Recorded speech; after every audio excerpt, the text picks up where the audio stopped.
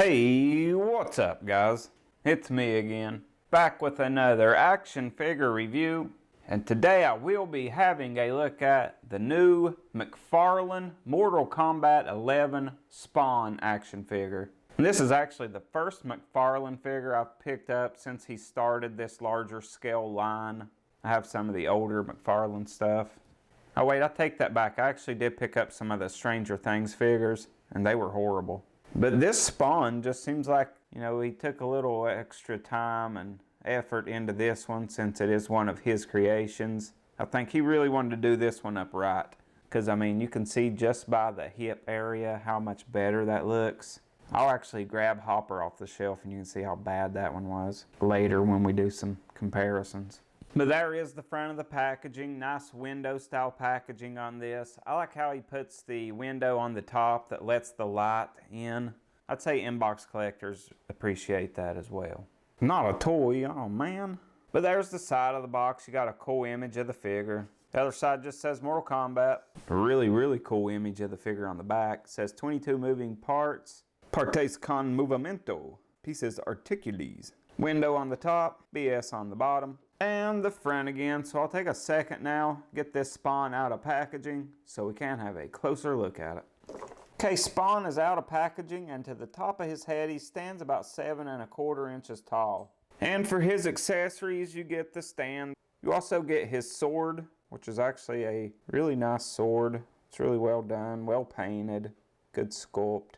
And that is it for his accessories, but now I will compare him to a couple other figures. And really the only relevant thing I have to compare him with is this old 6-inch scale Mezco Ice Sub-Zero figure. But now I will compare him to Hopper from Stranger Things. And you can see how much nicer this Spawn figure is just sculpted and just how much nicer it looks than Hopper. Hopper has a decent sculpt, but look at these hip joints and stuff they did on these. This is what turned me off from getting any other McFarlane figure. Look at that crotch. Look at that. What is that? Okay, so that's all for comparisons and accessories. Now we'll have a closer look at the overall detail of the figure. And I think that's really where this figure shines, is just the overall detail. Looks really good. So much sculpt work done on this. Just the whole body is like textured.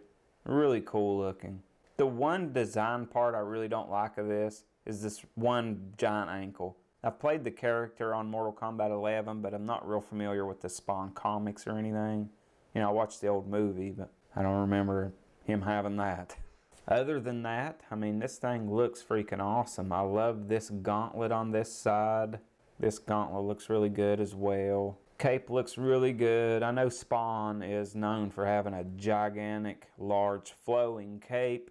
This one works for me. I mean, you don't want that much cape on an action figure. So I'm cool with that. Plus they did a nice black wash on it. Good sculpt work in it. God, what an ass on him. Look at that. Well, they really sculpted the ass in on him. May as well have made him a butthole. You know, I like this belt a lot too. It's made of a really soft material, so it will move as you articulate the legs and stuff. And it looks really good. Almost looks like real metal. Again, the head sculpt is another part I really like. I love those eyes. I mean, it's just a bright green paint, but it actually looks like it's glowing. These look cool, how these collars go up. And for articulation on this Spawn, he will look up that far, which is pretty much straightforward. He'll look down very little. His head will go side to side. Arms will go up that high. They'll go around. You just got to kind of watch the cape. You do have a bicep swivel. You can get about 90 at the elbow. Wrists are pegged in and on a hinge. At the midsection you do get some crunch. Not really much back. That's pretty much standing straight forward. Little bit of rocker there. It will swivel as well though. Legs will kick forward that far. Gets caught on that nice Spawn booty going back. He does the splits pretty good. That's kind of surprising. Really good double bend at the knee. He can kick himself in that nice Spawn booty. You can get the feet forward that far, get them back that far, and they do have some good pivot as well. But the way they move, you do have to get them lined up sometimes to go up and back with that hinge there. So for a McFarlane figure, I think this one's firing on all cylinders. I think he took a little extra time and effort on this one since this is one of his original characters, and it shows. I think he really nailed it with this guy. But I'm going to pose him up now, and we will wrap this review up. Alright, so there's Spawn in a nice lunging position with that sword. Was very easy to get him posed up and stood up. Always nice when it's not super frustrating trying to get a figure just to stand.